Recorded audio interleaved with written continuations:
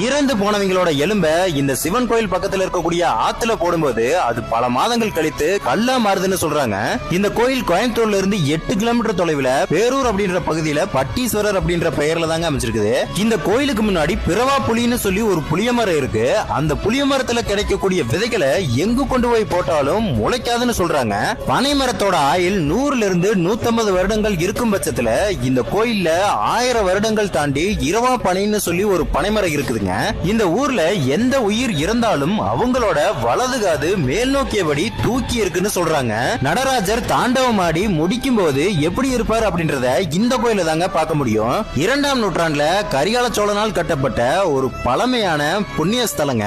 இந்த கோயிலுக்கு வந்து ஒரு முறை தரிசிச்சாலே அவங்களுக்கு மறுபிறவி கிடையாதுன்னு சொல்றாங்க. இவ்வளவு அதிசயங்கள் நிறைந்த இந்த கோயிலையும் தமிழர்களோட பெருமையும் உலகறிய செய்யுங்க. நன்றி.